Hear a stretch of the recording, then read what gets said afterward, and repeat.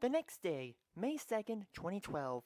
We wanted to pursue the vehicle carrying Labrys as soon as the hijacking was over, but its complicated route made it hard to track. Due to the sensitive nature of the cargo, it is difficult to set up large-scale traffic checkpoints. Fortunately, the license plate number was determined quickly, and we got a rough estimate of its destination. Our headquarters was moved to a police facility. Mitsuru-san and our team are sorting over the situation to plan for an operation. And the interrogation of the suspects? It's begun, but all of them are claiming that their memories at the time are very foggy, so they've been sent in for evaluation. The psychologists who interviewed them think it's possible they're not lying. So none of the 5 have any memories of what happened during the hijacking. Normally that would seem preposterous. There may have been some hypnotic effect, but even then... We're dealing with someone after materials from ergo research. They'll likely be very well informed about shadows and the mind. Knowing that, it doesn't seem so strange. It would also explain the extreme lengths they went to create a decoy. What else do we know?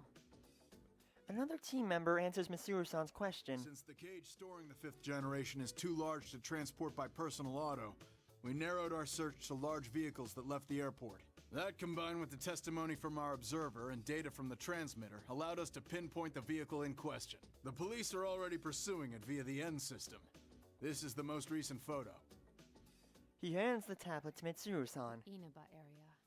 Wasn't this the place where... Yes, our routine investigation last year rated the potential shadow activity in the area at level 4. It seems that the culprit in this case definitely had prior knowledge of shadows after all. If that is true, we must use extra caution. Many people do not know about shadows, though they are enough of a threat as to possibly destroy the world. Then again, I experienced that for myself 3 years ago. If someone is trying to manipulate them, we must prevent it at all costs. Let's talk about the stolen 5th generation unit. Aigis, as the 7th generation, would be her younger sister. A sister. My older sister. I'd like to know why she was sealed. 5th generation anti-shadow suppression weapon, Labrys. The records show her to be the first model fitted with an artificial personality. In other words, she has a heart? There's no knowing if it was developed enough to call it that. She seems to have been made to gather test data rather than actual field use. What are her combat capabilities? She wasn't given firearms, since her regulatory system was inadequate. So she was instead loaded with some kind of special equipment. By that we mean rocket fists and a stinking giant axe. Heck yeah, man. Unfortunately, the majority of the records pertaining to her are missing, which means that's the extent of our knowledge. Special equipment. We also don't know why she was sealed. Many of the documents regarding the old ergo research were lost, probably to cover up incriminating evidence. We don't even know what she looks like. All we do know is that she was a life-sized android. We'll just have to find out along the way. Mitsuru-san swipes her finger across the tablet a few times and shows it to an I'll aide. need these 3 individuals' cooperations. I'd like to join them in the field. Are you sure about this? Try not to make a scene when fetching them. Not all of them are part of our organization. The aide nods his assent and returns to his station. Mitsuru-san then turns her gaze on me. Aigis. Frankly, I think we can assume that there'll be combat involved. Will you be alright with that? Though Mitsuru-san doesn't say it out loud, I understand what she means. Our highest priority in this operation is to stop the culprit and mitigate any associated danger, not to rescue Labrys. Of course, we will strive to accomplish both, but in the worst-case scenario, we must consider the option of destroying Labrys. Destroying a sister unit, it will be a painful experience if she too has a heart. I thank you for your concern, but I'll be fine. I will do my duty. Mitsuru-san says nothing more and silently nods. Well then, once we can confirm our target is headed to Inaba, we'll depart at once. May 3rd, 2012. As we get ready to depart for Inaba, Mitsuru-san and I go over last-minute details inside the police station. Mitsuru-san is absorbed with issuing instructions over the cell phone she is holding. Pessimism seeps into my heart as I wait. I begin muttering to myself. Will we be able to find Labrys? My sister? Mitsuru-san's surprised voice makes me realize how unlike me these doubts are. Will we be able to save her? Isn't that what you really want to ask? Don't worry. As I mentioned to Akihiko, fighting Labrys is not our priority. The reason I formed this shadow operative team is to save lives. We will find her, whatever it takes, and bring her back. We can do this. Yes. I'm sorry to be so pessimistic. Those feelings you have for Labrys, you should tell her when you see her. I will. Friends bound by trust are irreplaceable indeed. I hope that Labrys will become one as well. Eventually, the preparations are made and our limousine departs on its journey to Inaba. In fact, it's a giant limousine and I can't believe that people don't... I don't know where I was going with that. That evening, we are in Inaba now and traveling down a midtown street. Though it is called Midtown, it is very different from an urban environment. It is a quiet, rustic road. The vehicle we are targeting is easily discovered. The transmitter that was attached to it when it left from the airport is, luckily for us, still active. I think I'm nailing Aigis' robotic thing. I don't know, robotic voice, or how she talks and everything. I don't know. Maybe. But the vehicles have been abandoned and the cargo is gone as well. To trace it further, we must learn why the culprit came here. Specifically, we need to know the details of what happened here last year. Though this was already assumed, so we have a plan. Mitsuru-san orders the driver to park nearby. However, this poses an unexpected problem. Our vehicle is a long, black, 8-door limousine. It stands out badly in this countryside town no matter where it's parked. Mitsuru-san, our activities are supposed to be undercover, correct? Yes. For undercover missions, it will be necessary to keep all personnel and vehicles from being noticed. Right. Mitsuru-san, may I say something that I've been meaning to say for a while now? No. Gosh dang it, I remember this from the Steak Persona 4 arena out of context. Gosh dang it. Understood. All I told them was to give us a car with enough space. Wherever we go, people peer into the windows out of curiosity. We avoid the public eye as much as possible and finally park in what looks like a site for vehicle disposal on the outskirts of the town. Our contact has arrived. I then notice a middle-aged man in a gray suit standing outside of the window. I recognize his face. He's one of the 3 collaborators Mitsuru-san contacted for our departure. I scoot over to the door and open the window. Oh my. This was not our designated meeting area, yet he has discovered us. Suddenly, something not unlike astonishment or discouragement appears on his face. You want to know how I did it? Ahem. A cough interrupts I us. appreciate your cooperation, Detective Kurosawa. Mitsuru-san gets out of the vehicle and slightly bows. 3 years ago, when we were still fighting shadows in secret, Detective Kurosawa worked as a police officer at a nearby police box who sold us a crud ton of good weapons and armor. He was great. He believed that our intentions were good and he supplied us with certain conveniences under the table. His job made this risky, but he always acted on behalf of what he believed to be just. He said this many times while supporting us in secret. He's a strong man who always acts on his beliefs. But now, our organization has official government sanction. He can now cooperate with us without it being considered a rebellious act. Kurosawa-san's prior actions have recently been reassessed. He was promoted for his special expertise. I have heard that he is now a plainclothes detective working at the Central Precinct. Long time no see, miss. And Aigis, was it? Indeed. It has been a while. Kurosawa-san fixes his eyes on Mitsuru-san and me. It is faintly awkward. We are both dressed for combat, and I am not wearing clothes that camouflage my nature. Oh, sorry for staring. A humanoid weapon. I was skeptical when I heard, but seeing you in person doesn't leave any room for doubt. I'm sorry that I kept it hidden back then. It's all right. It would have caused more of a headache if you'd gone around looking like that. Hearing him say that, I cannot help but smile. Seeing you laugh like that makes it harder to believe you're a machine. I shouldn't make you stand while we talk.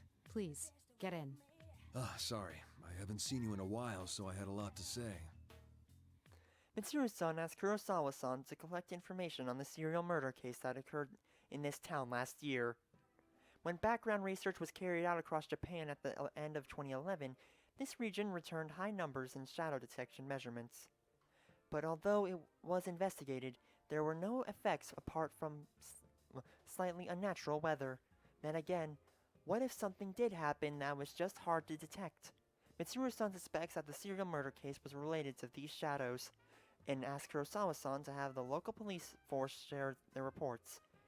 We could have requested them directly, but what we wanted would not be the surface information found in the investigation records. There are limits to what an unofficial unit cloaked by authority can do with a direct request. I found out quite a bit regarding the case you had me look into. First, I reviewed the report on the incidents from last year. One of the suspects mentioned the word persona. Locke gazes with Mitsuru-san. Sorry, this is kind of hard to see from the angle I'm looking at the TV. Doesn't help that. Forget it. So what went on here last year? It's probably related, but I wasn't done there. Parts of this guy's testimony were even more outlandish. If you can take what's in the record at face value, it seems persona users can enter TVs within the Inaba region. Enter TVs? What does that mean? Just what it sounds like. You physically stick your body into the screen and go inside. He claimed there was another world on the TV, and dropping people inside it was the method behind last year's murders. This all sounds rather absurd. I'm surprised it was included in the police report. I got in touch with the detective in charge at the time and said the same thing. Apparently the report was filed by a young partner of his at the time. He'd entertained the wildest testimonies like this one. He sounds like quite the oddball. If this was what really went on, the police would have had no chance cracking it. But that Detective Dojima is one shrewd guy. Even with all the supernatural hocus-pocus surrounding the case, he caught the culprit. With the help of a few meddling kids and their teddy bear. Kurosawa-san sighs. He seems to be tired. That's all I have for you right now. I should be going. I doubt either of us has time to reminisce over the old days. It's funny, though. I thought the fighting was over, but you guys surprise me every time I see you. Thank you very much, Officer Kurosawa. Why don't we at least see you off? Oh, that's all right. I've got my own car. I doubt my department would appreciate your tastes. If I ever showed up for work in something like this, I'd be the talk of the force until the day I retired. He opens the door himself and exits the vehicle. He gives a short farewell and leaves without turning back even once. Mitsuru-san, this could be bad. Our sense of social aptitude is in question. Can't deny that. What should we do now? Yes. First, we'll need to test the claim that persona users can enter TVs. Hearing this reminds me of something. Looking around the area again, although I had called it a vehicle disposal site, there are also household electronics such as refrigerators discarded here. In a corner is a stack of TVs. There's a discarded TV over there. If the environment does not matter, we can use it to test the phenomenon. I voluntarily get out of the vehicle. Wait, Aigis. Don't worry. I'm just going to touch it. I extended my right hand and touched the screen of the biggest TV I can see. My fingers brush the glass screen, but although I seem to be touching it, I feel no resistance from its surface. I push my hand forward a little more, a weak light runs across the screen and my forearm sinks into it. Amazing! Rings of light spread from the contact of my arm, rippling like water across a pond. Interesting. It's exactly as the police report said. What's it like inside? Do you feel anything? Not particularly. No. Wait a moment.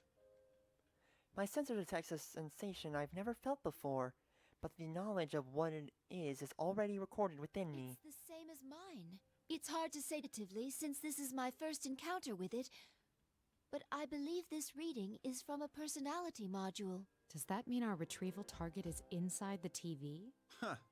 Sounds like fun. I hear a voice come from an unexpected direction. Mitsuru-san and I look towards it. What we see is a silhouette wearing a low hood that covers his eyes, and a tattered cape billowing in the wind like a figure from a western. He is standing atop a mountain of trash with his arms crossed. Is that Akihiko? He jumps down nimbly and walks towards You us. didn't show up at the rendezvous point, so I went looking and found you here. This whole TV thing is pretty interesting. I would never forget the man laughing so fearlessly. Like Mitsuru-san, he is a friend I once fought alongside Akihiko Sanada. He was a student boxing champion in his school days and a staunch ally, powerful even without his persona. He is also our second collaborator on this case. It's been a while, Akihiko-san.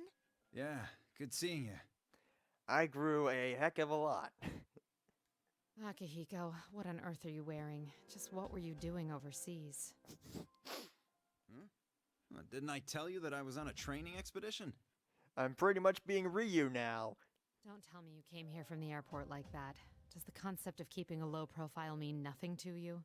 Mitsuru-san, I believe we have lost the right to complain about that. Mitsuru-san sighs in annoyance. Oh yes, Akihiko-san was on a training expedition overseas until this morning. As a result, his appearance is slightly... no, very, very, very, very, very, very different from the last time I saw him. Like, the only thing I can tell that's say the same as his hair, even then it's a little bit well. But his aggressive personality and love of a challenge seems to be the same as always. He gives a cocky smile and smacks his palm with his fist. Anyway, we can get inside from that TV, right? And what are we waiting for? Still the same Akihiko. We don't know the situation inside yet, and we'll need a secure means of getting out. So what? If we want to get this Labrys back, someone has to go inside, right? Well, that's... Our target hijacked a plane to throw her into a TV in this town. If we sit on our hands, it's possible we'll be put in serious danger. Akihiko-san steps forward towards Mitsuru-san as if pressing her. We're different from how we used to be. We made the choice to fight shadows as professionals. That's why I traveled around the world and trained harder than ever. And now that something's actually come up, you're hesitating? We agreed to do this. I'm ready to stake my life on the mission. Akihiko-san's opinion is a bit strong, but he is not incorrect. It's probably that Akihiko-san understands that being slightly forceful is his role. Because Mitsuru-san takes caution seriously as the ultimate authority in this case, she frequently second-guesses herself. I have seen Akihiko-san's words cut through her hesitation in the past. It shows his trust in Mitsuru-san not to make decisions in error. All right. Wait right here. I need to go make a phone call first. Okay, but make it quick.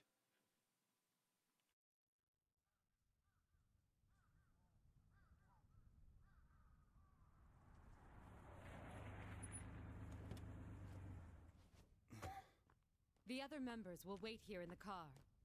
Yeah. If we all barge in and something happens, they'll be devastated. Now that you mention it, at least one of us should be staying behind as well. I am not staying.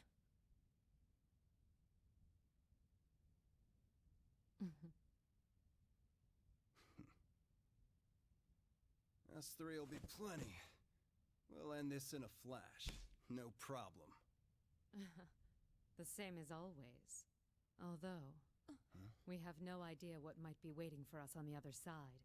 Don't get careless. Right. This situation, it brings back memories.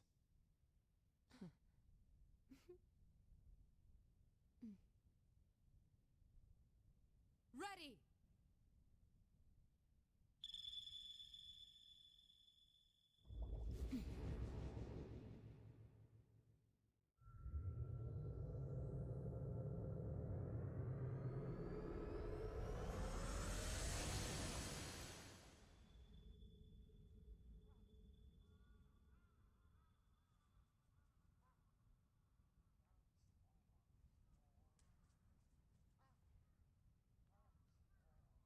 Why enter the TV?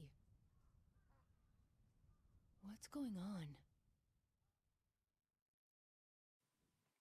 I am surrounded by a white light that strains most of my sensors to their limits. A portion of my sensors indicate that I am currently in a state similar to a free fall. I can't tell up and down from left and right. This continues for a while. Eventually, my functions slowly recover, and why is there a giant piano in the middle and a bunch of shoes circled around it? What the heck is going on here? I find myself inside an unknown room, sitting with one knee up. I quickly stand and check my surroundings. Is this the music room of a school? I can see a music stand, a grand piano, a blackboard, and portraits. There is an air of over-exaggerated theatrics to it, but I may not be far from the truth. Is this the world inside the TV? After this surreality of entering a TV, this comes as quite a surprise. No sign of Mitsuru-san or Akihiko-san. Did they land elsewhere? So much noise. I can't contact anyone like this. I attempt to use my communicator, but there's no response. This looks like an ordinary classroom, but it has an alarming amount of radio interference. When I concentrate on my senses again, I detect a bizarre disturbance from the entire area that is unlike normal buildings. This may be another world after all. In any case, I must join up with Mitsuru-san and Akihiko-san. But just as I begin to make plans to do so, the monitor hanging from the ceiling switches on. What appears on it is, how to describe it, a bizarre thing that's in a living costume. It's Stinking Girl Teddy. I spy an unknown yet bewitching babe. How unexpected! Unexpected!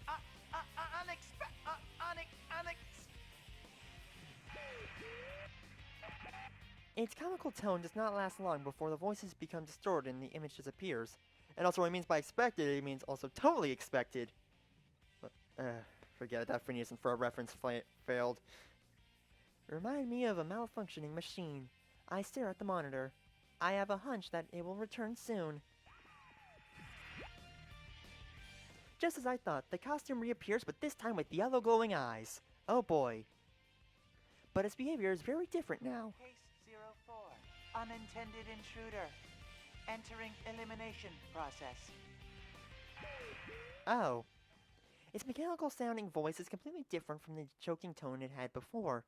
In that phrase, elimination process, it seems that a battle will be starting. I release the safeties from the weapons built into my body.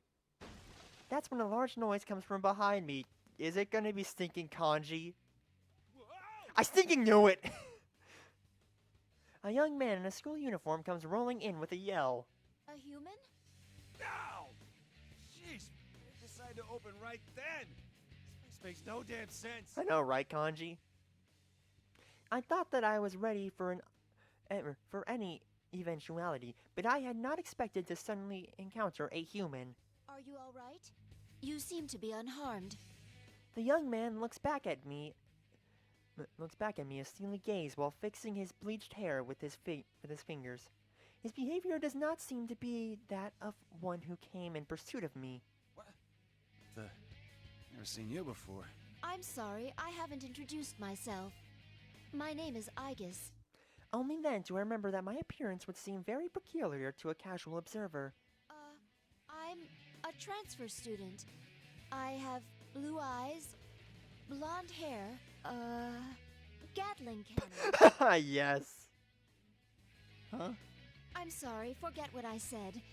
In the past, that prepared explanation for students has been effective, but no longer. Okay. Anyways, I'm Kanji Tatsumi. This mean you're my next opponent? Opponent? What do you mean? What do I mean? I'm talking about a scrap! You mean a fight?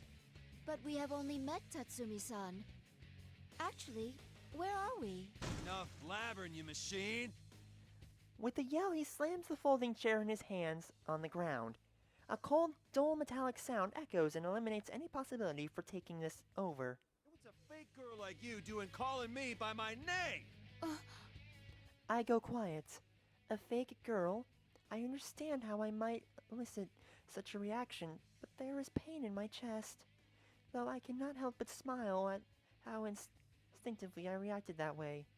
It seems I have become more human-like than I knew. I was worried I might have to go up against my senpai, but I ain't gonna hold back against a robot like you. Thinking with a calm mind, I noticed a small incongruity in his attitude. When he first saw me, He seemed unsure and claimed that he had not seen me before. Yet though he knows now that I am a machine, he doesn't seem particularly surprised. Aren't those two things contradictory? I focus my senses once more and enhance the gain on my sensors. I detect a faint interference.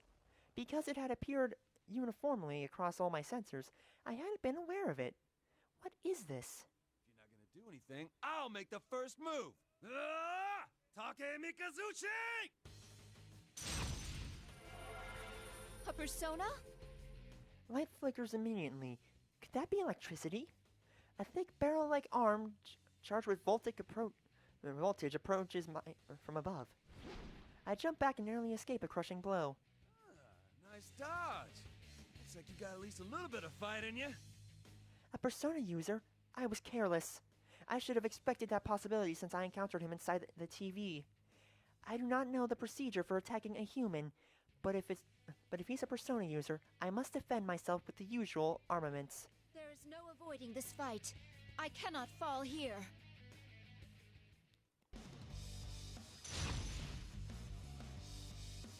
Crud, I forgot to commentate that.